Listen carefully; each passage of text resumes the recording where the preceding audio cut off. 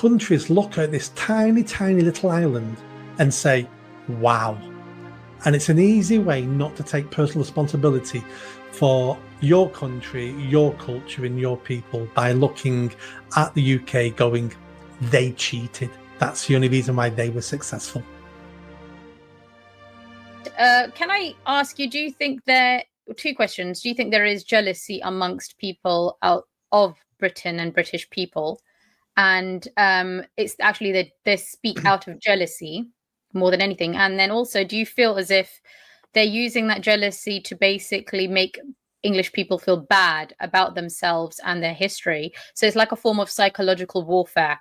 They're trying to start over here, right? Make you, if you're English, make you feel bad, demotivated, run down, like emotionally, because once they could get that, the rest will follow. You'll just basically collapse and you'll like become so weak, like in terms of this country, that you will ruin yourself. Do you feel there's something like that going on? There is. Have you heard of someone called Thomas Sowell in America? He's an American academic, very, very clever man. Is a Black American, very clever man.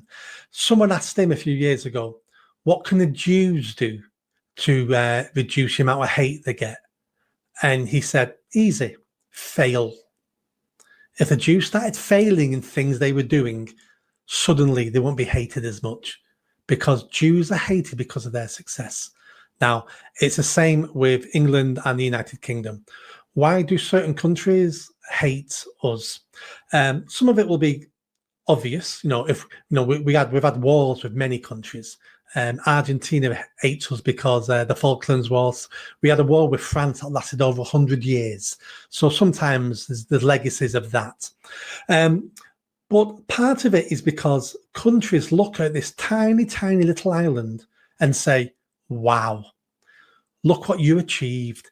You had the biggest empire the world has ever seen. You created the modern world. You ran my country and you left a fantastic government system, trains, legal system, and all from this little tiny, tiny country. That makes me feel a little bad about my country and my people and my culture. But do you know what? It makes me feel better if I can say you cheated.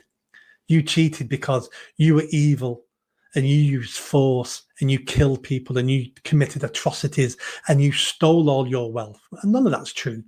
But it makes those individuals around the world feel better about their country and their culture and their history.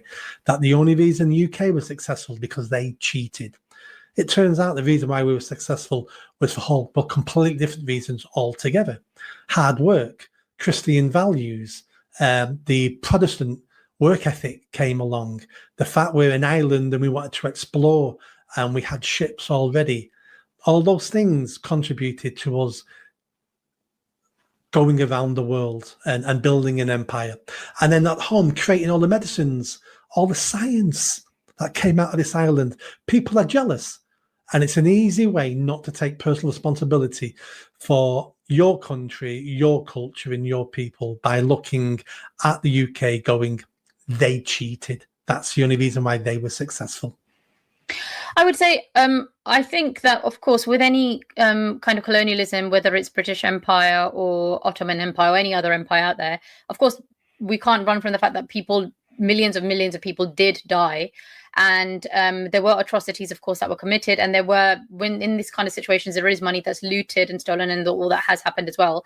Can I ask you, I've completely forgotten the question I was going to ask now. I've got so many questions for you.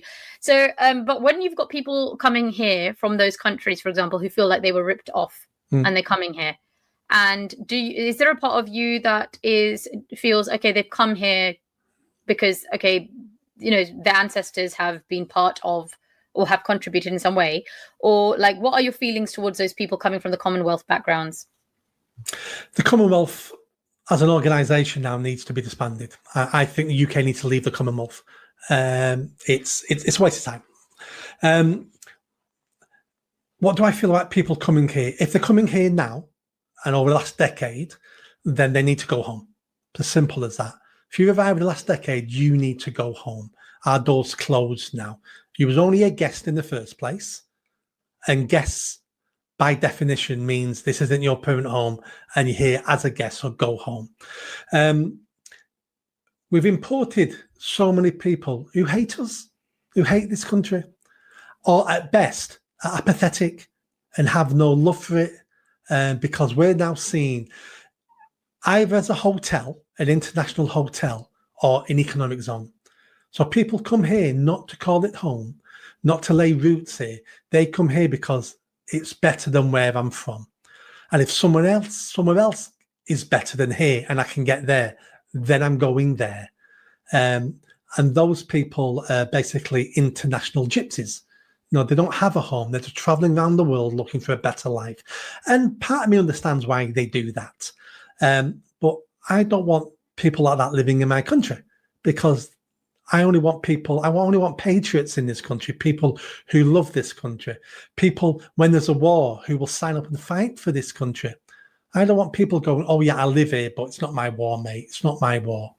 I had these conversations in the 80s with some of my friends who were of Irish descent. And one of them said to me, if there was a war between the UK and Ireland, he'd sign up to Ireland. And I'm like, you were born here. You've been to school here. You've bought your first house here. This country has given you everything.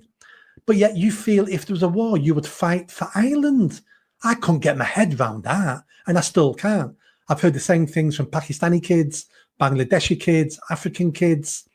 There's no love for the country. And I question this as well. Like, God forbid. I mean, you mentioned that you feel we're going to see a war with China sometime in our lifetime. I don't want to see any war. Obviously, I'm sure you don't either. But like that, I have questioned a few times, actually, if, God forbid, we're in that situation where we go to war, that is when people's true colors will show. You know, are they going to give their life? Are they willing to give their life for this country? And if actually this country happens to be going to war against their heritage country, what's going to happen then, right? I do question that as well, in terms of what, because I don't know what's going to happen in this country. Because the last time we had a war in this country, World War I, World War II, predominantly the people in this country shared the same race, religion, everything, right? That's not the case anymore. And we've got social media, we've got the internet, where the communication and all that is, everything's blurred now. And the mode of transport and everything's changed, basically. The world has changed completely. So I have asked that question as well.